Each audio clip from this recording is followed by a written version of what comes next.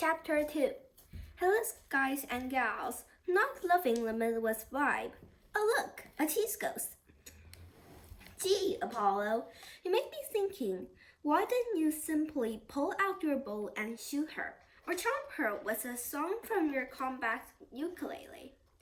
True, I have both those items slung across my back along with my quiver. Sadly, even the best demigod weapons require something called maintenance.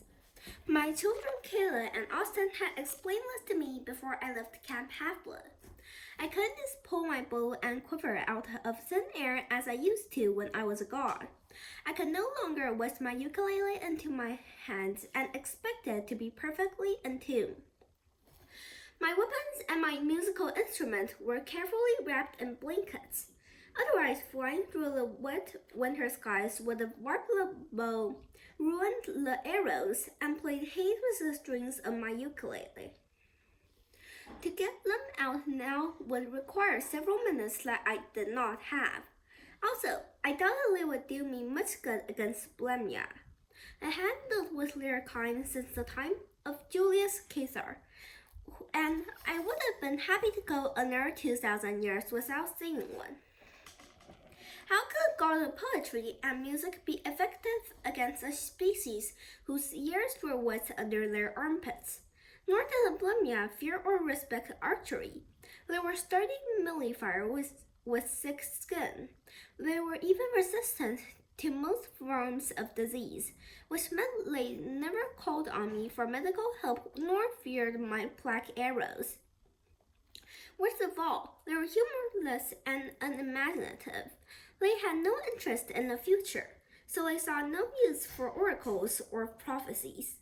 In short, you could not create a race less sympathetic to an attractive, multi-talented god like me. And believe me, Ares had tried. Those 18th century Hessian mercenaries he cooked up, ugh. George Washington and I had the worst time with them. Leo, I said, activate the dragon. I just put him into sleep cycle. Hurry! Leo fumbled with the suitcase buttons. Nothing happened.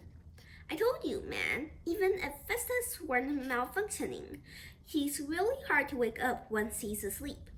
Wonderful, I thought. Calypso hunched over her broken hand, muttering Minoan obscenities. Leo shivered in his underwear. And I was Lister. On top of all that, instead of facing our enemies with a large fire-breathing automaton, we would now have to face them with a barely portable piece of metal luggage. I wheeled on the Blemia. Begone, fool Nanette! I tried to muster my old godly rasp voice. Lay hands upon my divine person again, and you shall be destroyed! Back when I was a god, a threat would have been enough to make entire armies wet their camouflage pants. Nanette just blinked her cow-brown eyes. Don't fuss now, she said. Her lips were grotesquely hypnotic, like watching a surgical incision being used as a puppet. Besides, dearie, you're not a god anymore. Why do people have to keep reminding me of that? Red locals conversed on their position. 2 police officers trotted down the steps of the State House. At the corner of 7th Avenue, a trio of sanitation workers abandoned their garbage truck and lumbered over wielding large metal trash cans. From the other direction, a half-dozen men in business suits tromped across the Capitol lawn. Leo cursed. Is everybody in this town a metalhead? And I don't mean the good kind of metalhead.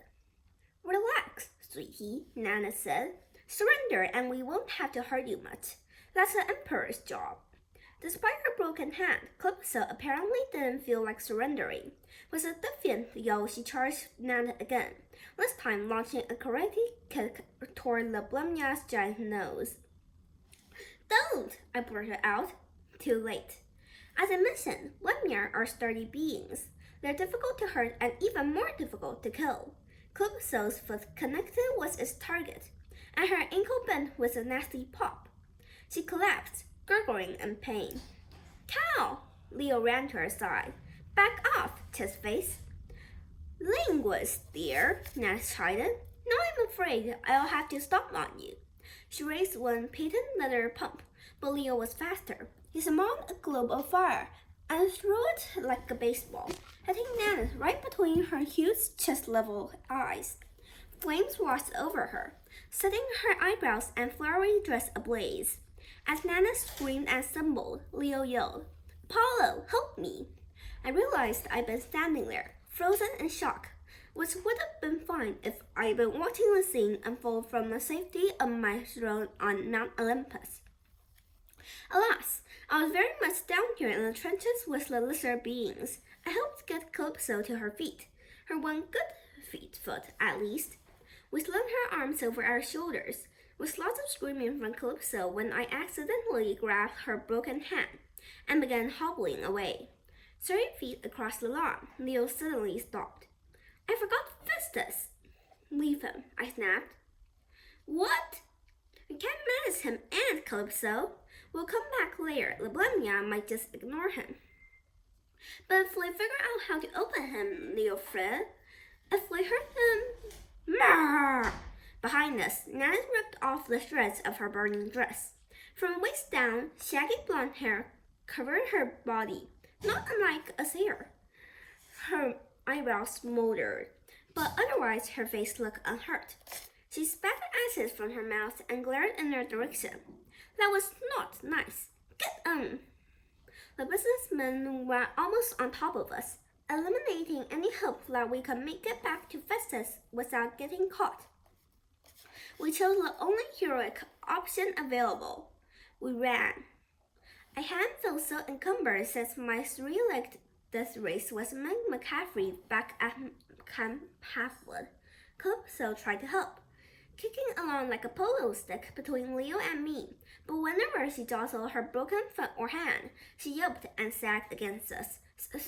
Sorry, guys, she muttered, her face beaded with sweat. Guess I'm not meant to be a nullifier. Neither am I admitted. Perhaps Leo can hold him off while... Hey, don't look at me, Leo grumbled. I'm just a repair guy who can throw the occasional fireball. Our fire is stuck back there in suitcase mode. Hobble faster, I suggested. Reach the street alive only because Leblemia moves so slowly. I suppose I would too, if I were balancing a fake metal head on my head. But even without their disguises, the Leblemia were not as swift as they were strong. Their terrible depth perception made them walk with exaggerated caution, as if the ground was a multi-layered hologram. If only we could out-hobble them. Good morning, a police officer appeared on our right, his firearm drawn. Halt or I will shoot. Thank you. Leo pulled a stoppered glass ball from his tool belt. He tossed it at the officer's feet and green flames exploded around him. The officer dropped his gun. He began tearing off his burning uniform, revealing a chest face with shaggy pectoral eyebrows and a belly beard in need of a shave. Phew, Leo said. I was hoping he was a Blemia. That was my only vial of Greek fire, guys. So I can't keep summoning fireballs unless I want to pass out too. We need to find cover, said Calypso. Sensible advice, but cover did not seem to be an Indiana concept. The streets were wide and straight, the landscape flat, the crowds sparse, and the sightlines endless. We turned onto South Capitol. I glanced over my shoulder and saw the mob of smiling, fake-headed locals gaining on us. A construction worker stopped to rip the fender off for a pickup, then rejoined the parade. His new chrome cloak slung over his shoulder. Meanwhile, the regular mortals, at least, those who did not seem interested in killing us at the moment, went about their business, making phone calls, waiting at the traffic lights, sipping coffee in nearby cafes, completely ignoring us. At one corner, sitting on the milk crate, a heavily blanketed homeless man asked me for change. I resisted the urge to tell him that change was coming up fast behind us, carrying assorted weapons. My heart pounded, my legs shook. I hated having a mortal body. I experienced so many bothersome things, like fear, cold, nausea, and the impulse to whimper, "Please don't kill me." If only Calypso hadn't broken her ankle, we might have moved faster, but we couldn't very well leave her behind. Not that I particularly like Calypso, mind you, but I already convinced Leo to abandon his dragon. I didn't want to push my luck. "There," said the sorceress. She pointed with her chin to what looked like a service alley behind a hotel. I shuddered, remembering my first day in New York as Lester Papadopoulos. What if it's the dead end? The last time I found myself at a dead end alley, things did not go well. "Let's try," Leo said. "We might be able to hide in there, or I don't know." "I don't know" sounds like a sketchy plan B, but I had nothing better to offer. Good news, the alley was not at the end. I could clearly see an exit at the far end of the block.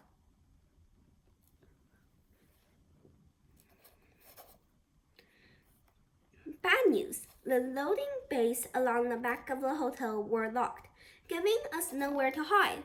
And the opposite wall of the alley was lined with dumpsters. Oh, dumpsters. How I hated them.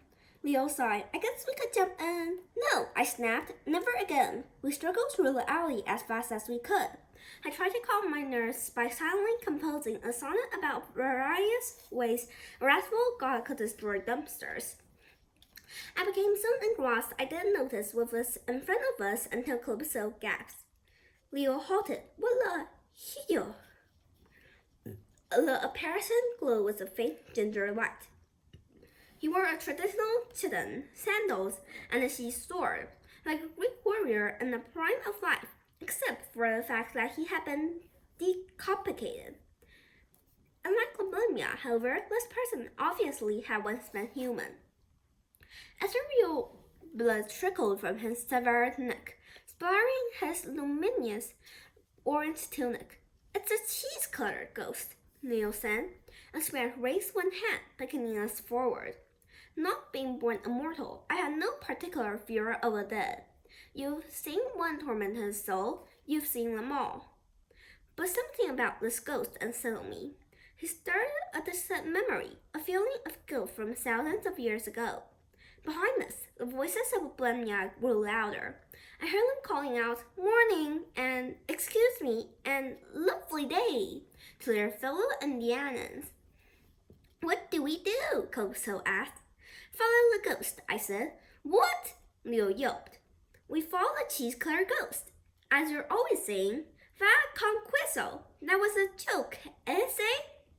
The orange spirit beckoned again, limp-footed toward the end of the alley. Behind us, a man's voice shouted, "There you are! Lovely weather, isn't it?"